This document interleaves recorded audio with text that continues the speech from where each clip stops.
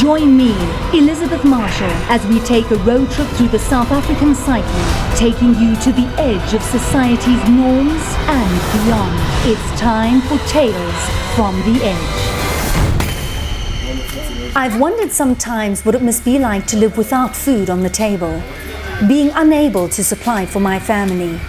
Would I resort to stealing? Let's investigate in the next chapter as it's off to work they go. Batali bami vele bashona. Nginala bengikhulisa ngakhuliswa ngogogo vele. Ya ngoba vele impilo khuleni kwethu vele asikhulisa gogo naye gogo bangahoni imbeshini. Yabo. Asikhulisa ngokusathengise. Ene bukude namkhulu vele banalumi mfati. Impilo bengayikho right kakhulu. Yabo. So begogo bekazama vele ngendlela ukuthi naye outcome. Ukuze sikhule. But this glimmer of hope was dashed when both his grandmother and mother died within months of each other, leaving the children to fend for themselves. Then mina ngwesithu vele kumama wafunza wayekela ka standard 8 uma ayekela wayekela lokuthi aye emgodini esikolo ngasekiswa ngoba bese ngibona nami ukuthi angisanambahla and ngihamba esikoleni ngakadlanga vele kahle hle mhlawumbe ngisengifiswa ngilala abancane ayekela konke vele sabona into khona asale ngifocus ngithola imali uthi ama dreams wona bayakhona kwazi isikhathi ukuthi bangifunza lethami ngisafunza ngifisa ukuthi ngisebenze ngibe architect to draw like so sizwayekela isikole waya emgodini because babona ukuthi uma naye ato sebenza khona lokunxanele angeta nawo ukuthi sikhona ukuphila like haybo ngoba ngisebenza ama piece job yona imali bengithola but bengasolve leli thing. So temptation was to knock at the now desperate Sizwe's door.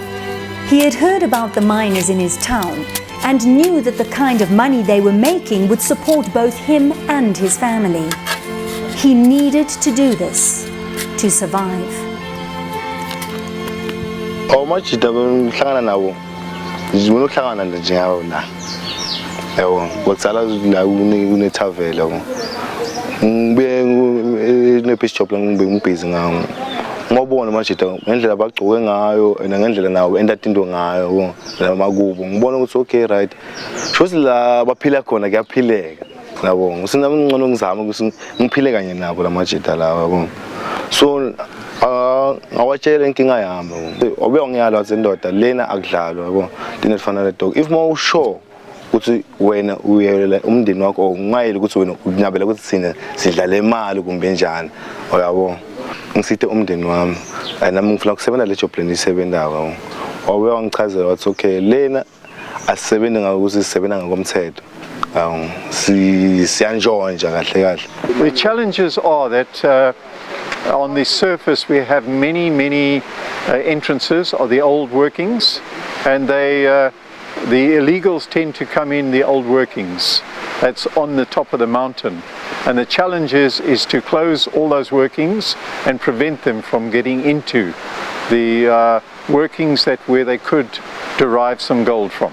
Langitshela lona ukuthi okay sitohamba ngemhlakabani angobe groceries besithenga bekudla kuma 2000 rand 3000 rand ngoba suka sathi ukuthi siyohlala le.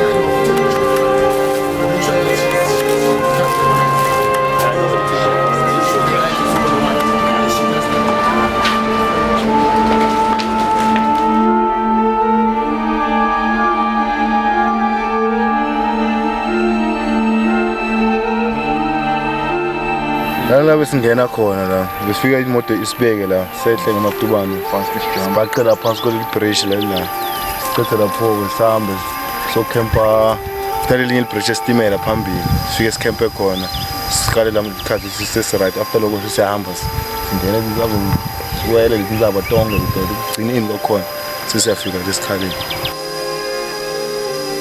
tinyowa malephathi yonke lento sayidibana nazo sinokuphuka noma uphinza uhambe etinzabeni uwe ushelele uphuke nokuphubuka kuningi vele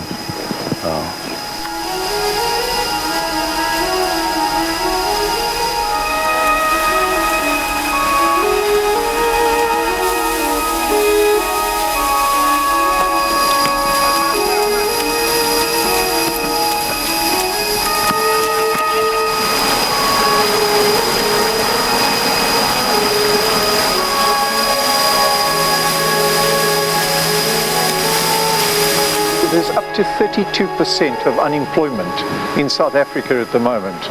And these guys were probably previous employers. They've been retrenched at some stage. They have experience. They are encouraging younger people to come in and assist them.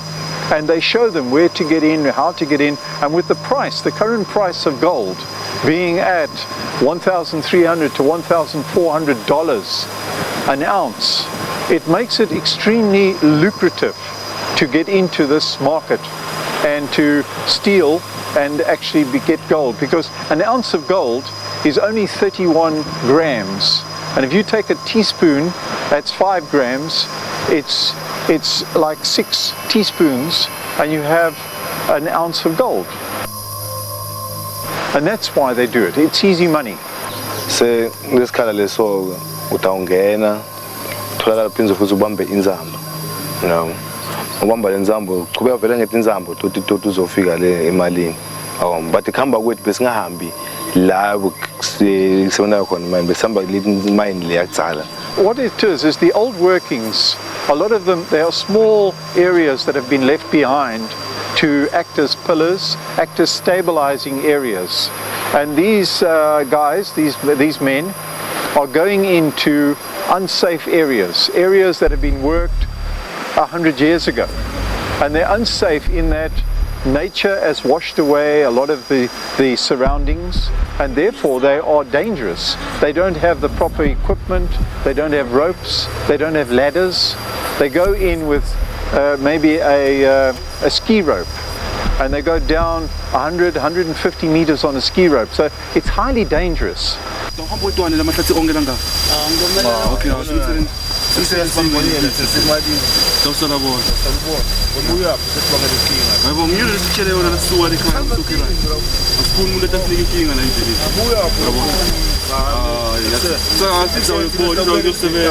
so when they get to halfway down or halfway up, fatigue sets in, and they'll fall and come to their death.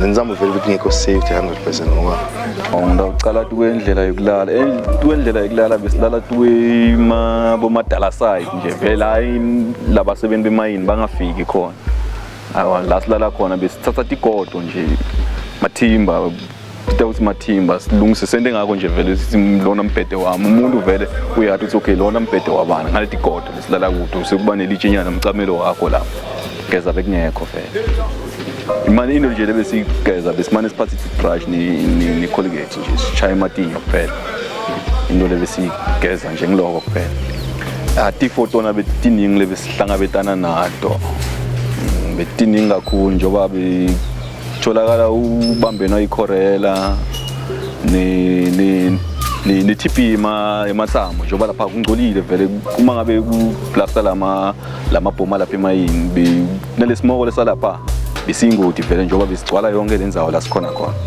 yabona uvela uhogela sona bekumele sithole kuma dust mask sibe nawo mara nawo bekunga protect kangaka yabona njoba ne tithuma besingatithuma khashana besithumela nje duzane nje nawo usuka la ungakhona khona lethi ungakwacela kancane ucimela ithoshi ucithile uyatithuma lapha nale miyane lebeyisuka lapha la sithumele khona beyibuya khona la sometimes lapha ekudleni udla nayo yabona semakorea nalamani lebesinikwa nathi la sinye isikhathi besithiwa langcolile vele ubanjwe amakhorela. Sometimes sinokushaya lama blaster ngawo emayini. Maybe asikabamba ngasikhathi esifanele nje ukuthi sometimes usikhathi bawo plant lama jardin. Expect ukuthi maybe bakala le hour kuze hour noma bafuma ngwane ushaya kuma cropas 2 sa plastic ba fast 2 yabo. So if it's in the most notorious shaya past 2 so la akakhala means ukuthi abakaplantanga namuhla kanti maybe kuthola ukuthi baplantile edinge maybe bashaya be 2 hours yabo. Thola ukuthi achuma sisilapha sisiya imambuti besizwe besithola Nigeria besithola Namibia Botswana Lesotho uKenya yonke le gang nje eAfrica bese bacombine njonja yabo. Bosibane ngale indlela ukuthi noma sihamba nasendleleni ukuthatha 2 days or 3 days ukuthi ufike imali iningi lapha khona imali ayive noma nasibesiyende imali apho andike ngoba vele thina labe sibasebenzele bebastropa kakhulu besebenzela ema agriculture in Zimbabwe ayilendene kanjani bekutholakala ukuthi labantu bas provider ngayonke into esifunayo especially to transport ne to grocer basho ukuthi okay right imali lena sizabe siyithatha for ukudla just we still ngegold kuphela now nonke nganitsengisela ngifuna ngitsengisela but ufuna ube nalo one vele ukuthi uvele ngisebenza naye vele ekuqaleni besinokuba nawo besinokubambisana nalawo ma security lawo ukuthi even nombanjwa ngibanjwe 3 times ngibanjwa ngama security ama security besinokuthi masibamba bafuna share 50-50 lo sukuphetha. Weekly, we have our securities going through these old sites, and should we find any illegals, they are apprehended and they are taken to the local magistrate and they are booked and charged. Okay, lama security lawo ngiyo lawo aqala bonda bonke lokho ukuthi sisinasi kusisiba netibhamu. Okay, na dibhamu because of lama security phinze because ukuthi nanansi bese sibambana inkunzi zisodwa. Indlela besenza ngayo lama security bangasebenzisi light besebenza and if masibona kuqala switch off lawo yethu yabo sibuka la ukuthi okay right no uyandlula kumbondana yabo besenza ngalo so to communicate thina sebenza njalo bese communicate ngalo light bese not dim na bright yabo if mangidim so yathi ukuthi okay right ntonjwa nje ubona sikahle umkhulu ngoba especially ubona masesilela la sifika scamper khona sibona ngaba nenzawo lenkulu kakhulu usibona ukuthi uhlule na ubabala labantu and nokuthi uyoyithola le golide lo ukuthatha isikhathi awu ngofuna niketana line ugcina ufollow ugcina soduba yabo sofuna kusebenzisa isibhamu ukuthi ufuna sivele bungalenye indlela vele nga-understanding ngendlela sibaningi ngayo ngendlela ngigcole ngayo ngendlela kumnyama ngayo yabo awu lo thatha lobuya muva ukuthi ngibanjwe ngizibani inkunzi yabo lo munye afika sometimes afika dubula inyawo ukudubula awufa yabo makuningi lokwendike phambi kwemehlanga ngobona ukuthi lana vele sekuyabulawana vele isikhathini ngivebe wabulala. But those that have been actually found dead on the eastern properties are the ones that have fallen to their death in mine skirmishes and have been shot by their own country guys, by their own illegal, in that they've been stealing each other's gold. So that is one of the biggest problems, is where they're in conflict with each other and they form teams with each other. And these guys they have no bars, they have no scruples. They have nothing to stop them from doing what they want to do. With new, tougher security in place, it was only a matter of time before Sizwe and his fellow thieves were apprehended, but not without gunfire and loss of life.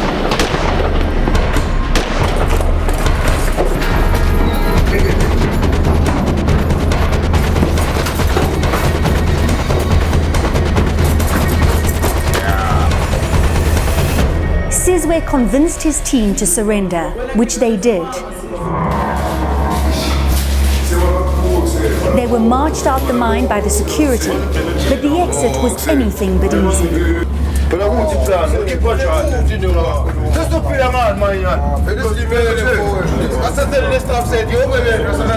Sizwe was severely beaten to within an inch of his life and hauled off unceremoniously to Barberton prison.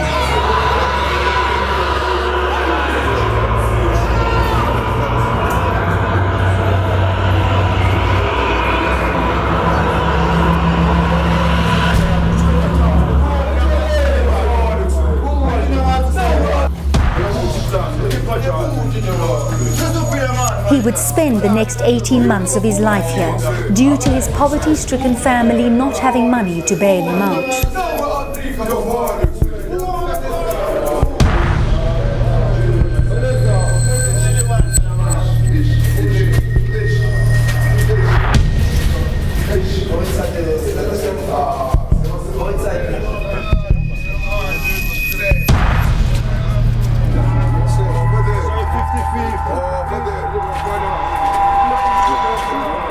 Hulle bring hulle uit vir ons gaan hulle agter op die bakkie laai en hulle vervoer na die polisiestasie toe waar ons hulle gaan aflewer. Bakhona abantu labahlala la esigodini la bantwana babo bakhona labayako emgodini yabo babuya yabo seve sikunabantu lababoshiwe emgodini kwavela e-TV but abazaye bakhomba ukuthi njani edi bakhuluma sinabantu lababoshiwe emgodini babala inamba yabo then thina sicabanga ukuthi maybe sizo ukhona kulabo se basitshela bathi yana uboshiwe bababala lababoshiwe and labe baboshiwe ukuthi basesikhumane bangaki yabo babala ngetinzawo.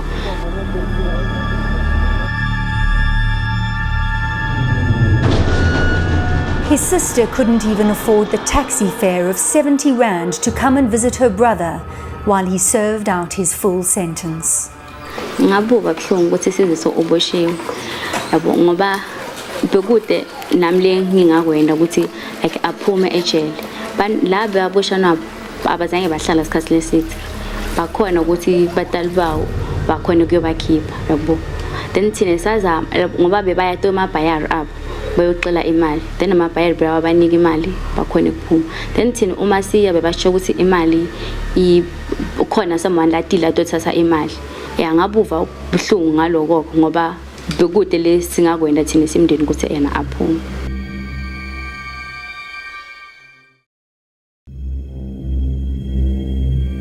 When Sizwe finally got released, out of sheer desperation for his family, he thought he'd try again with the same crew, this time at a different mine. Things didn't go well, and they were forced to leave quickly. Exiting the mine proved anything but easy, as one of Sizwe's crew explains.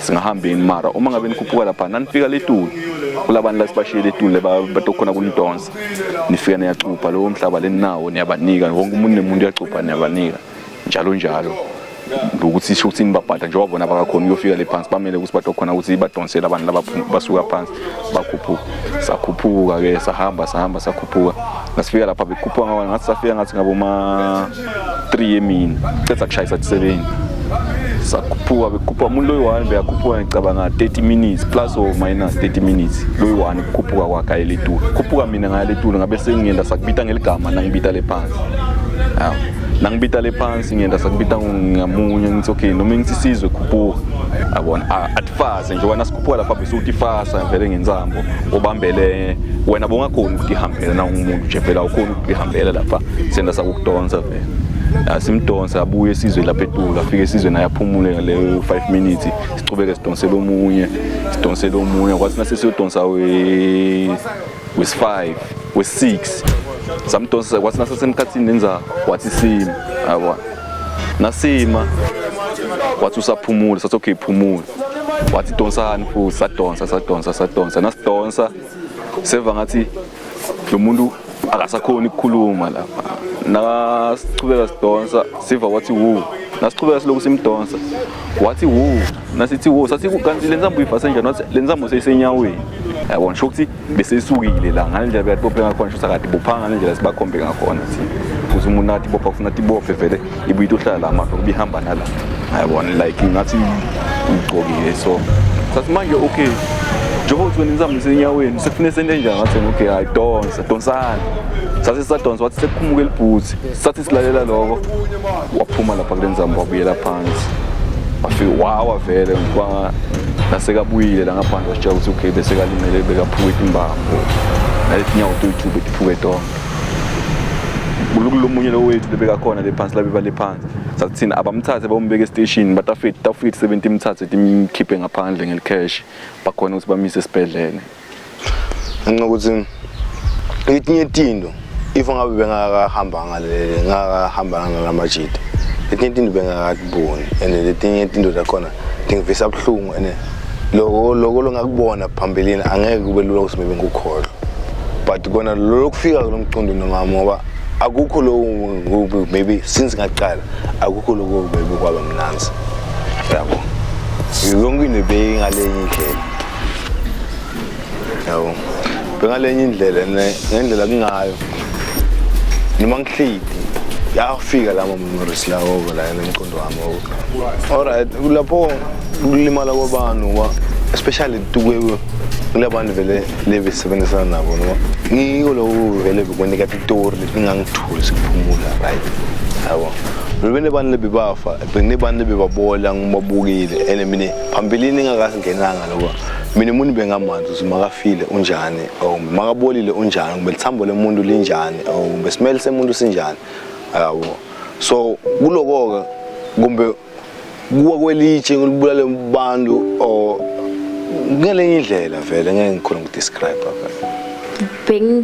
bengivela buhlungu ngahlanye futhi bengijabula ngoba ukukhombisa ukuthi uyasithanda bengivela buhlungu ngoba kuneti ingodi emguthini yeah and uyekela ifuture because emguthini akuna future ngoba utongena bamdubule o afe because match ayabagxoba yabo mayinayo bekungende amgxoba nyala angichubu kahle ngibona ukuthi nyala nje nalengqondo iconfuse yabo but even my plans in next year bengiplan for next year yabo ukuthi maybe next year ngazama ukuthi maybe ngiyubuka ijob ngale with bank ngalabo job nale piece job vele ngokutsala benganginedisa yabo so my ngithole vele ukuthi maybe ngiba permanent maybe efamily maybe just a job lento wathi is okay right end of ngithole imali leso ngombe ukuze nokhona bona amehlo futhi yini lezo sengifisile but nyala akwanyala